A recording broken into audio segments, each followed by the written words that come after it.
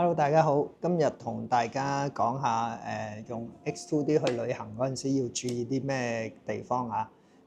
首先第一樣要講，當然係電池啦。咁你冇電嘅話，你識飛都冇用啦。冇電，其他嘢都唔需要講啦。其實哈數 X2D 嗰粒電咧，以我個人經驗咧，一粒電大概由即係譬如話朝頭早9點零鐘出酒店，我大概用到下晝4點鐘、3、4點鐘或者4、5點鐘呢個時間。所以如果你影一日咧，就一定要有2粒電。所以第一樣啦，你要準備2粒電啦去旅行。其次咧，最好咧就有個雙充。因為咧你知道佢本身咧要用機身叉電。咁你2粒電咧，如果你冇雙充咧，你夜晚翻到酒店先叉電咧，你可能半夜起身你要換粒電池嚟叉第2粒。咁你有個雙充咧，咁你就擺埋一邊，由佢叉過夜，第二朝有2粒就叉滿啦。假設你嗰個使用量好大，真係2粒電都唔夠一日嘅。你當然可以帶多幾粒啦。咁如果淨係帶2粒都用晒咧，如果你有 power bank 咧，其實咧 X2D 咧都 support 可以用 power bank 嚟充電嘅。但係要注意一個地方咧，就係咧個 power bank 個 watt 數夠唔夠力充，同埋咧好多時咧，好似呢啲 power bank 咁樣咧，佢本身已經跟條 USB 線啦，咁係方便嘅。但係咧，佢嗰條 USB 線咧插唔入喎，你要另外用原裝呢條咧插翻落去咧，咁先充得入。咁我諗條 cable 都會唔同啦。咁呢個就係我自己嘅使用個經驗就係咁啦。咁所以我就建議大家就算帶 power bank 都好，你都要喺出發前咧試一試，測試下佢本身嗰條 cable 充唔充到，或者係用乜嘢 USB cable 可以夠力叉得入去個 X2D 度。OK， 電池如果電池又用晒啦，power bank 都用埋，咁點算咧？咁譬如話你得翻10零20% 咧，咁我建議大家咧就off 咗嗰個後屏呢個 LCD，off 咗後邊呢個 LCD。點樣做咧？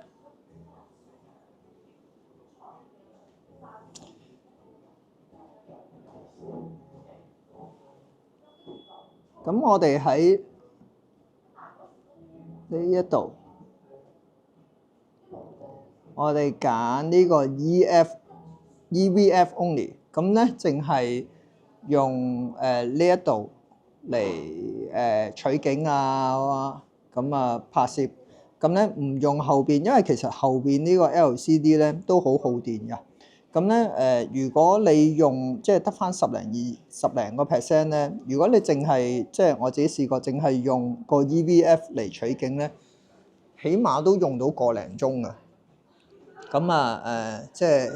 點都叫做影多幾張相啊咁樣，直至到你揾到地方去叉電啊，或者係租到個 power bank 啊諸如此類嚟充咯。呢度就係呢個關於 X2D， 即係我自己去旅遊嗰陣時個電池嘅準備。咁除咗熄咗後邊個 mon 之外啦，另外一個慳電嘅方法咧就係用手動對焦啦。即係你影風景嗰陣時就即係可以校翻去無限遠啊，又或者你用 V 鏡嗰陣時咧就可以校做超焦距去影啦。咁當然你影人嗰陣時就無謂啦，你對嚟對去又嘥時間，個人都唔知去咗邊啦。OK， 講完電池即係電量啊，要注意嘅地方啊，或者即係啲電池嘅 backup 方案之後咧，我哋就講下咧點樣備份。因為即係大家去旅行影相，同埋啲親朋戚友去，咁或者就算自己去都好，咁我諗即係啲相都好珍貴嘅。咁你啲相有一個可能備份嘅方案啊咁樣。其實有幾種嘅。首先講下咧最簡單，即係如果大家係用 iPhone 嘅，或者係用呢個 iPad 嘅，咁可以喺 iPhone 或者 iPad 上面 download Focus 2啦。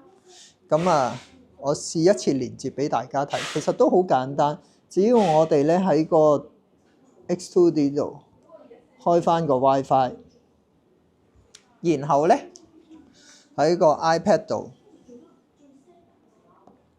打開翻 Focus 2，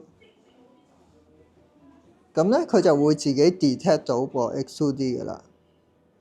咁佢而家已經連接咗，咁連接咗之後咧，其實佢就會一路撈翻你影咗嗰啲相出嚟。咁大家就可以喺呢度備份翻，甚至喺度 edit 翻。咁其實個 Focus 2咧個 function 咧好強勁啊！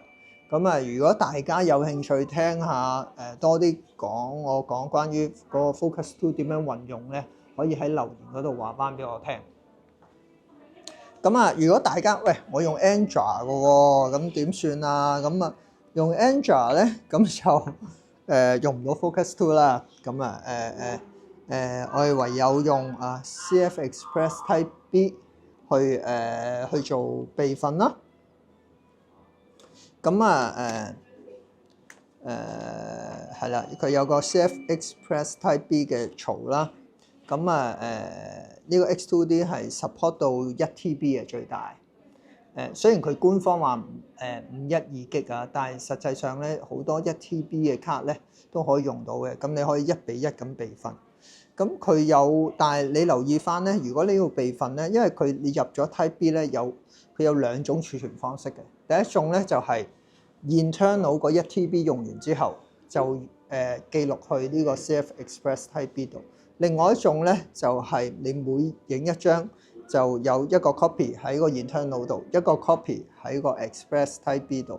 咁大家一定要揀翻後邊嗰個選項，咁樣先可以作為一個備份嘅方案。OK， 咁你話我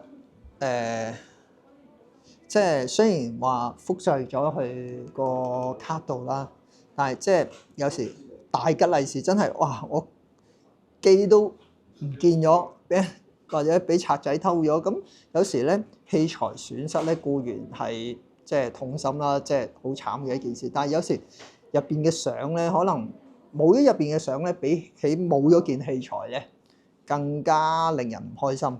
咁我哋用卡去備份，始終插咗喺部機度。如果部機冇咗，你啲相都冇咗啦。咁你話頭先話你用 Focus 2去備份嘅，你用 iPhone 用 iPad 嘅，咁都還好啲。咁我用 Android 嘅點算咧？咁用 Android 咧都可以嘅，但係就複雜啲啦。咁我哋要點樣做咧？都係用 Type B 啦，即係可能你每日影完之後，你每晚返到酒店啦，你就將佢插入去呢個 card reader 度。咁我諗你去旅行你都唔會帶住部 notebook 㗎啦。咁當然你帶 notebook 可以直接複製落去 notebook 度啦。但係就算你唔帶 notebook 咧，其實你用 Android 機咧，通常大部分 Android 機咧，你一插入去咧，佢就可以即刻 detect 到入邊嗰啲 file 㗎啦。咁你只要揀選翻複製翻落去部 Android 機度，咁你真係大吉利是，唔好彩冇咗部機都好，咁啲相都複製咗喺你手機度，甚至你將佢 upload 落去你個人嘅即係雲端度都可以。咁以下呢幾項咧就係頭先我講嗰幾項咧，就係我自己嘅經驗點樣備份X2D 嘅 file 啦。咁希望幫到大家。咁嚟緊我會其他集數咧會再講多啲關於 X2D 出去旅行嗰陣時嗰個攝影嘅技巧要注意嘅地方嘅。咁記住 like 我哋，撳我哋鐘仔 follow 我哋，下次再見 ，thank you，拜拜。